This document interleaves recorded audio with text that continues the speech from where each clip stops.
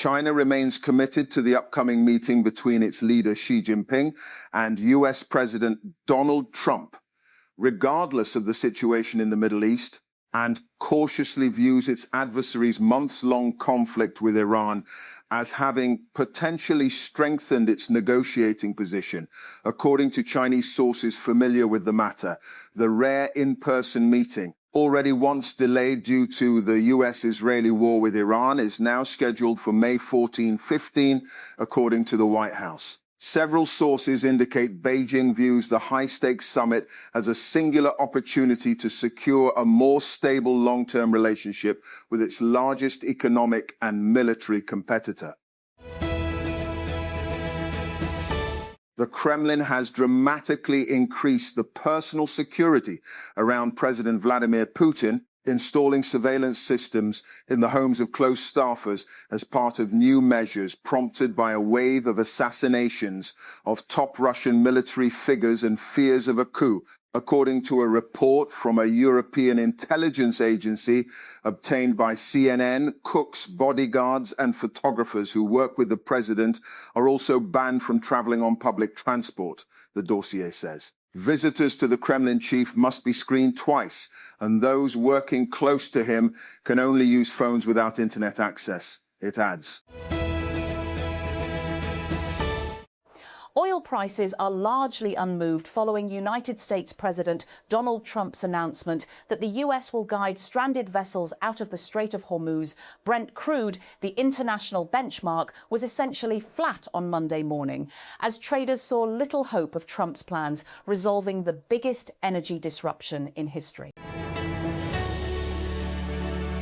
Across the Middle East, three main hotspots should remain cause for concern for the international community: the frozen Iran war, the Lebanese conflict, and the dire humanitarian situation in Gaza. All these crises are interlinked as they involve either direct US military intervention or Washington-backed aggression by Israel. Therefore, in the interests of peace, America must refrain from further militaristic adventurism while also restraining its bellicose ally Israel. Short of this, it is difficult to see these conflicts being resolved peacefully. IT is becoming increasingly uncertain how long the Iran war, now in its third month, will last. Until recently, it seemed American and Iranian interests aligned in wanting to avoid a protracted conflict, although Israel's didn't.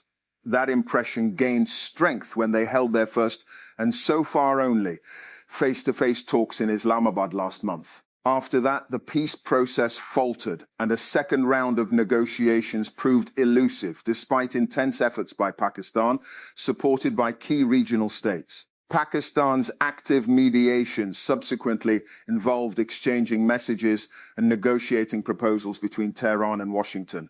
That process continues.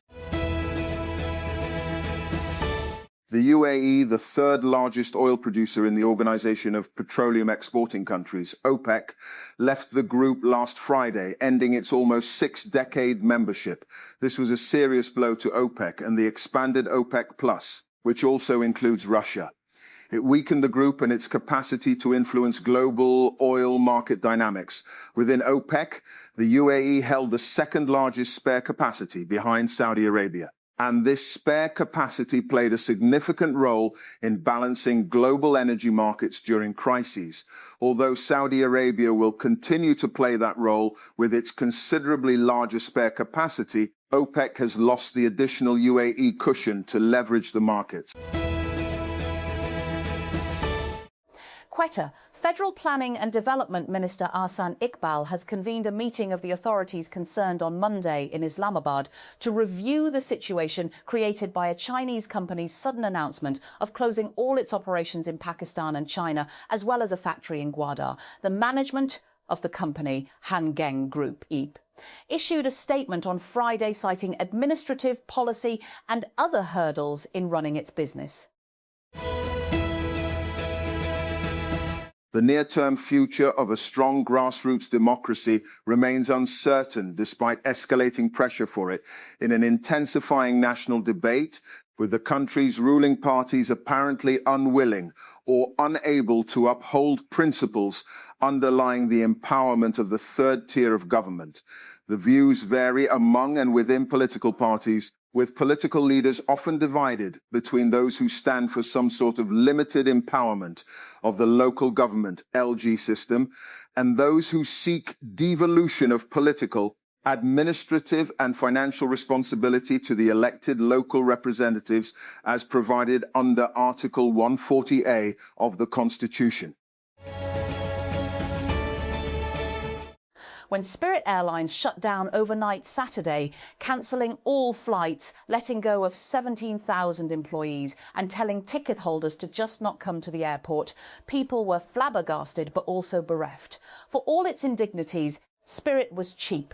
Then one of them had an idea. Hunter Peterson, a voice actor with frequent flyer grievances, posted a TikTok asking, what if 20% of American adults chipped in the price of a Spirit fare and just bought it? He called it Spirit 2.0, owned by the people. Within hours, he'd thrown up a website, a janky one-hour job by his own admission.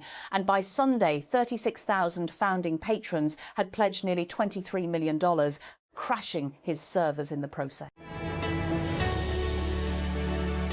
Establishment Division transfers Encadrid officers, many of whom are close to retirement, to KP and Balochistan. Under rotation policy, these postings were supposed to go to younger officers. IGP says matter will be taken up with Islamabad. Estab's secretary claims rotation policy suspended at province's request Lahore. The Establishment Division has transferred 10 police officers from Punjab to hard areas in Khyber Pakhtunkhwa and Balochistan for a mandatory period of 1 year. Despite concerns about their advanced age and health, Dawn has learnt. 3 people have died on a cruise ship in the Atlantic, with at least 1 confirmed to have suffered from hantavirus, a rare disease transmitted to humans from rodents. Health authorities are now investigating a suspected outbreak of the virus on the MV Hondius, which is sailing from Ushuaia in Argentina to Cape Verde. A suspected hantavirus outbreak on a cruise ship in the Atlantic Ocean has killed 3 people and sickened at least 3 others. The World Health Organization said Sunday in a statement to the Associated Press. The WHO said an investigation was underway, but that at least 1 case of hantavirus had been confirmed. And Vinicius Jr. struck twice in the second half as Real Madrid won 2-0 at Espanyol in La Liga on Sunday to keep their slim title hopes alive. With 4 matches remaining, Barcelona leads the standings on 88 points, 11 clear of second-placed Real, whom they host at Camp Nou next weekend in a Clásico that could confirm the Catalans as champions for a second successive season. And Jean-Luc Mélenchon, the leading politician in France's left-wing Unbowed party, says he will run in next year's presidential election, setting up a potential showdown with centrist and right-wing rivals. Yes, I am a candidate, the 74-year-old told TF1 TV on Sunday. And Italian teenage prodigy Kimi Antonelli won the Miami Grand Prix for Mercedes on Sunday and wrote his name in the Formula One record books with his 3rd victory in a row from pole position. The youngest driver ever to lead the championship at 19 years old, Antonelli also became the first to take his first 3 career wins from the top slot on the grid, and also the first in 5 editions of the race to win in Miami from the front row. President Donald Trump has said that the United States will free up ships stuck in the Strait of Hormuz starting on Monday, suggesting that his administration will break the Iranian blockade on the strategic waterway. Trump said on Sunday that the push, dubbed Project Freedom, would be a humanitarian gesture, warning Iran against interfering with the operation. You've seen this comic before. An anthropomorphic dog sits smiling, surrounded by flames, and says, "This is fine." It's become one of the most durable memes of the past decade, and now AI startup Artisan seems to have incorporated it into an ad campaign.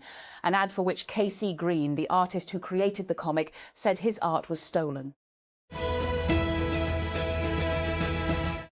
German Chancellor Friedrich Merz has tried to downplay tensions with the United States after Washington announced plans to reduce the number of American troops in Germany. Merz said US plans to withdraw troops have no connection to the rift with Donald Trump over his strategy in Iran.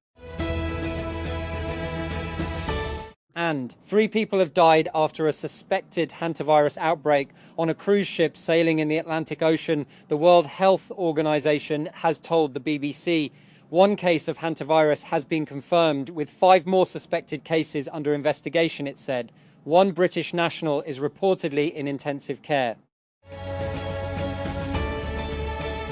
The final match of the 11th HBL Pakistan Super League PSL edition was preceded by a star-studded closing ceremony of the tournament, featuring fireworks and performances by popular singers, including Aima Baig, Arif Lar and Atif Aslam. Scores of spectators arrived at Lahore's Gaddafi Stadium on a hot Sunday to witness the gala event that was followed by the final clash between Peshawar Zalmi and debutant Hyderabad Kingsmen.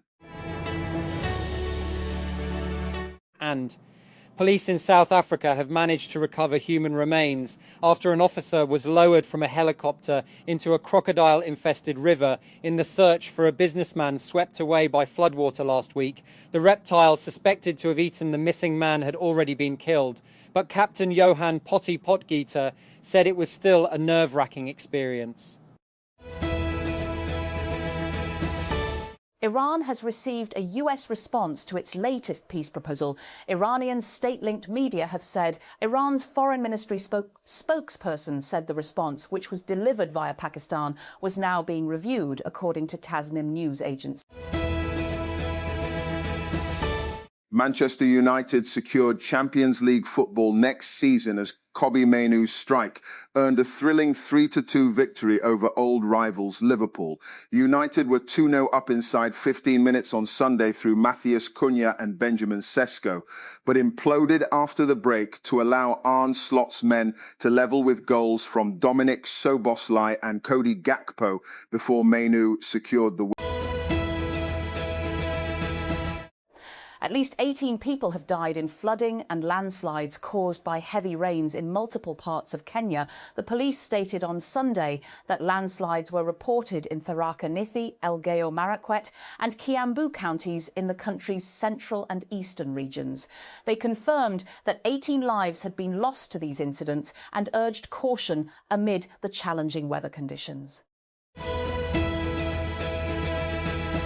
Authorities in the United States have said that the suspect accused of attempting to kill President Donald Trump was the one who shot a Secret Service agent at the White House Correspondents' Dinner last month. Officials initially did not provide details on how the agent, who was wearing a bulletproof vest, was injured. On Sunday, U.S. Attorney Jeanine Pirro told CNN that investigators have confirmed that the agent was shot by the alleged gunman Cole Thomas Allen. A new study examines how large language models perform in a variety of medical contexts, including real emergency room cases, where at least one model seemed to be more accurate than human doctors. The study was published this week in Science and comes from a research team led by physicians and computer scientists at Harvard Medical School and Beth Israel Deaconess Medical Center. The researchers said they conducted a variety of experiments to measure how OpenAI's models compared to human physicians. Tehran said on Sunday that the United States had responded to its 14-point proposal via Pakistan and that it was reviewing the response, according to Iranian state media. At this stage, we do not have nuclear negotiations, an Iranian foreign ministry spokesperson said, according to state media.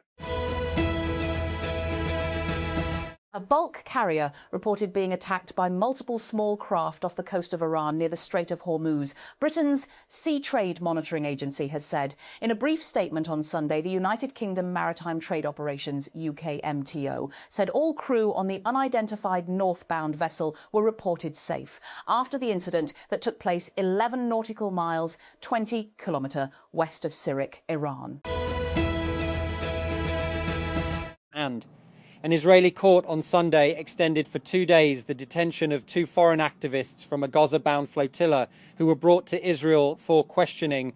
A rights group representing them said the flotilla of more than 50 vessels had set sail from France, Spain and Italy to break Israel's blockade of Gaza and bring supplies to the devastated Palestinian territory. Hardly a week passes without some new spat between the Trump administration and Europe, but in a year that has seen a major dispute over tariffs, US President Donald Trump threatening to annex Greenland, and disagreements over aid to Ukraine, the most pressing threat facing Europe is the ongoing transatlantic rift over NATO.